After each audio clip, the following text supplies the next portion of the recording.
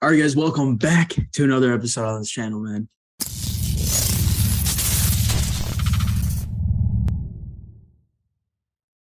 Back at it, UFC 276 just happened.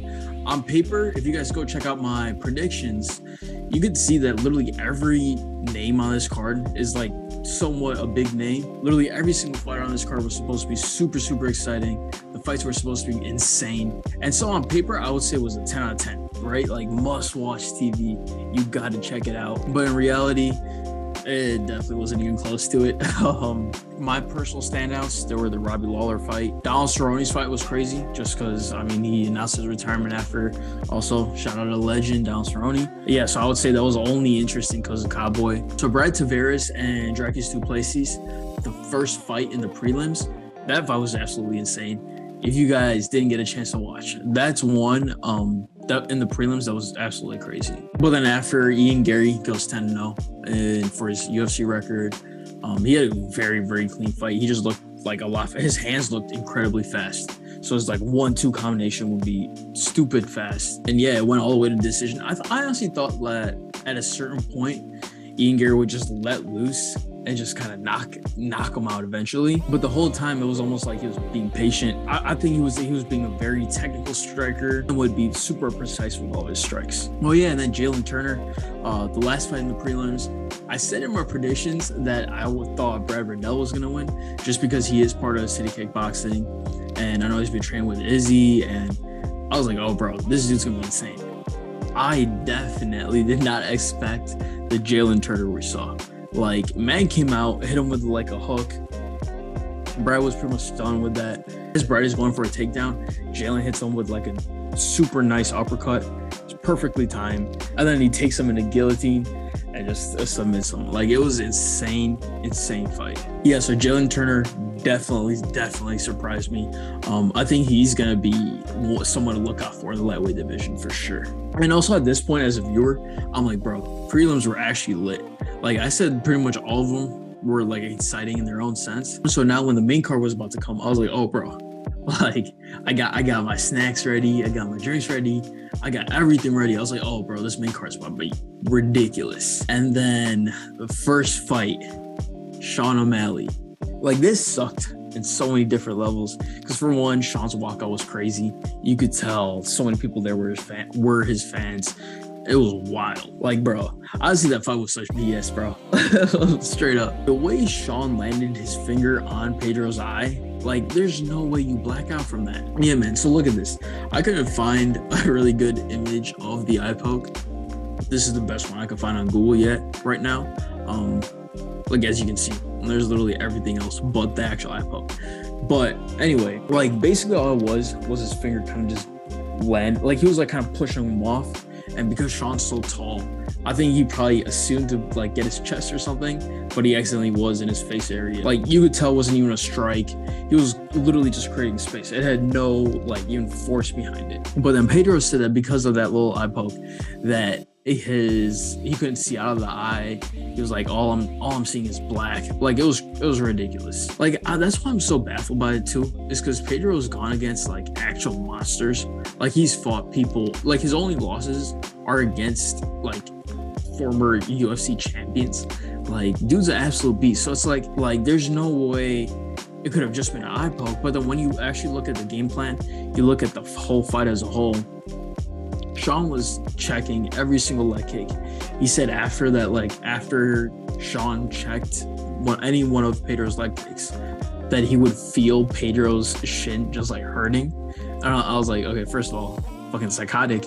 But two, I was like, that honestly makes sense. Like, definitely not the first one. It doesn't hurt. But then Pedro was throwing quite a bit. And he's also known for leg kicks. Like, he's known for having really, really good kicks in general. But especially his leg kicks, he's really good for. And with Sean, I think that's part of anyone's game plan. Is like, okay, go for his legs. That's the only way he lost. Let's just test out his legs. And so clearly Pedro was trying to do that in the first round. And also I saw when the fight actually ended due to the doctor's stoppage with the eye poke, up to it, Pedro had landed a single head hit on Sean, which is kind of crazy. Like this was like the second round when it happened. So like during that time, you would have like at least like a jab or something just hit his head, but like literally no strikes to the head at all. It was crazy. Yeah, but anyway, I was just really annoyed with how that fight ended. I was really looking forward to the fight, and for it to end with like stupid ass eye poke, it was terrible. But the next up, we got Robbie Lawler. Robbie Lawler never been in like a bad fight ever. It's always a battle. Like, you know, heading into it, that Robbie Lawler, whoever is in front of him, he's just gonna be swinging at him. Like, he's just gonna be going in. But then he's fighting Brian Barberena, who's also known for doing basically the same thing. Like, so going into it, I even said in a prediction video, you know, both of them are just gonna go at it, and it's gonna be a lit ass fight. And that's literally what this was. I honestly think, I think low-key, this might have been possibly the best the best fight on this card. Like, this fight was insane, and it was insane throughout. But yeah, man, at the end, Brian just kind of knocked Robbie out. But again, I think whenever Robbie Lawler fights next, I'm 100% watch.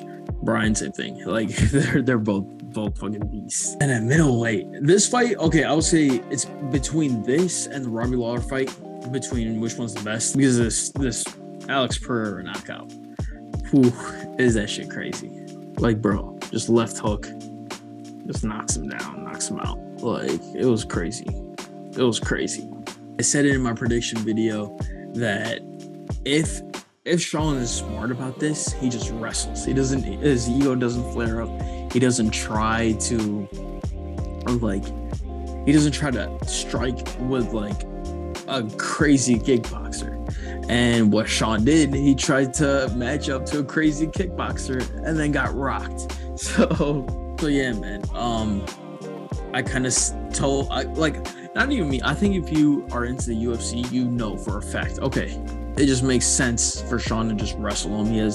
This is his third MMA, or this is his third fight in the UFC ever. So it's like, and then I think in MMA too, in general, MMA as a whole, I think it was like his sixth or seventh fight or something. Like, he hasn't even hit double digits in terms of MMA fights yet, but he has countless of kickboxing fights. It just kind of shows how insane of a striker he is, but no one knows if he can wrestle. And most likely, since he hasn't done an in-fight ever, he definitely doesn't have like the in-fight skills to grapple like a high-level grappler.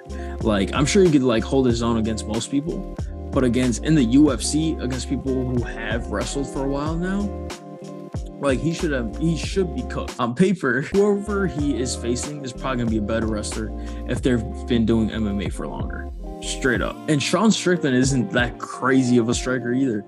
Like, if you watch his fights, if you watch him talk, you're like, oh bro, this dude's insane. Like, he probably comes out doing like flying like punches, like spinning back fists, some crazy thing. But nah, all this mofo does is like use his jab and just kind of like backs up and just uses his jab. That's like legit his game plan. And obviously it's worked for him. Like, he hasn't lost since this fight in like so long. Like, he's been undefeated until Alex came on. That's just his fighting style. It works 100% for him. But against like a crazy level kickboxer, like on paper, you know he's gonna get cooked. Hey man, that's what happened. But over to Pereira, this is legit some like anime-ass storyline. Like, Pereira defeats Izzy in kickboxing twice. Then Izzy comes over to the UFC. Alex comes through, like, beats 3 people in a row, and now he's fighting for the belt. Like, this is legit some anime shit. So now it's just a matter of seeing like, hey, who's about to win? Now it's like, okay, does Izzy get his revenge? Is he like, hey, this is MMA, I rule this? Or does just Pereira come in here and beat him again in UFC? So storyline is insane. And I think I'm going to talk about it more when I actually cover Izzy's fight. But I think this will make Izzy go on the offense a lot more too. Because Izzy's also been bragging about his wrestling. So it's like, this could be perfect for him to be like, okay, like maybe a round or 2 strike. And be like, okay, I can hang with you striking, but then just wrestle the whole time.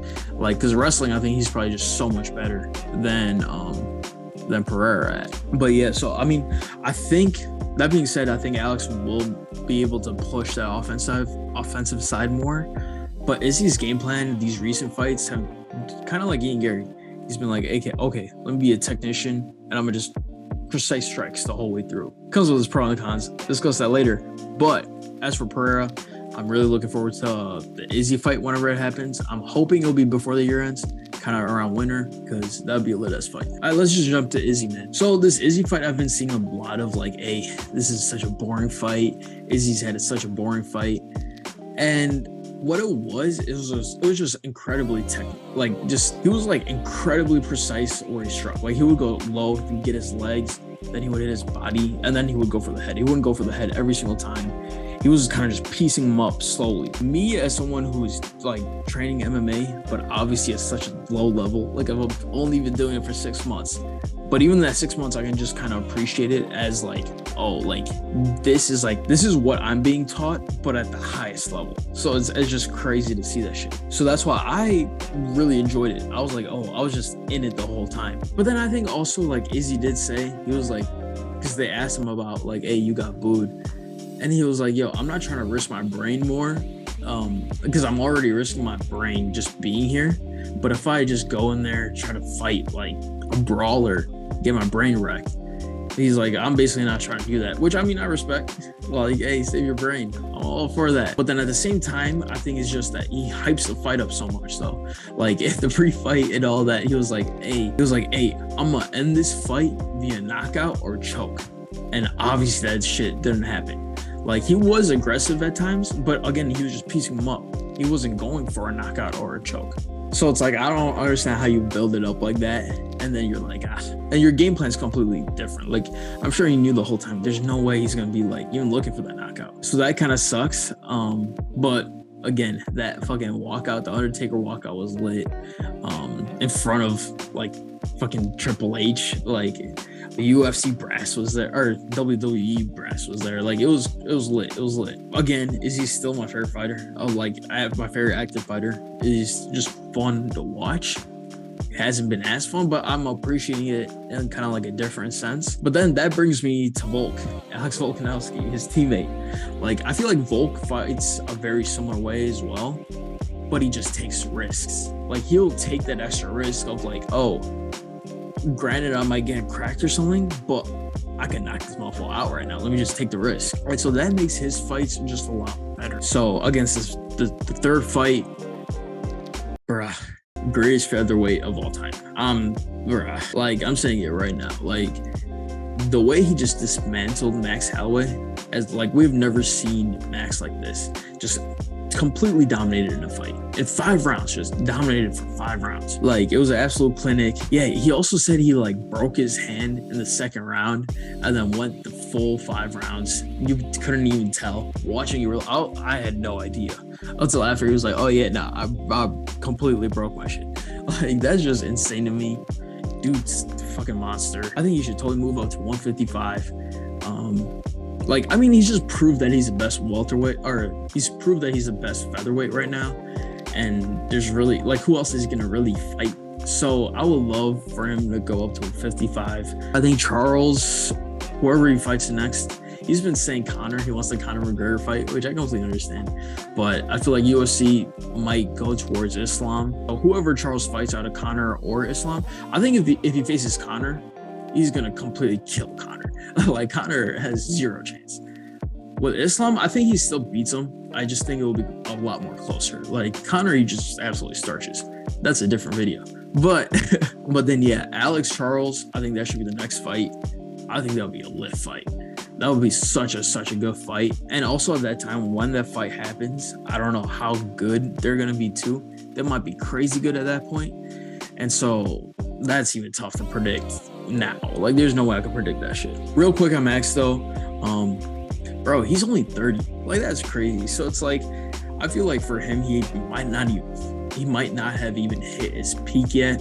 Like, he's talked about, like, he doesn't spar anymore. He doesn't do any of that shit. So like, he's trying to save his brain the best he can.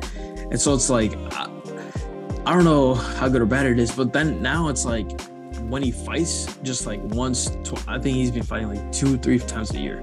So it's only those 2-3 times your head's really getting damaged, and throughout the rest of camp, like your head's completely fine. So I think the way he does it, I think it's smart. I think if it wasn't Volk, it would have been crazy. Max would have been insane. But yeah, he's definitely the second best featherweight right now, like easily. That being said, still a legend. He's still Max Holloway. Like, everyone's gonna watch him. Dude, his walkout during the weigh-ins when he's like, I am the heat. Bro, that was the sickest thing ever.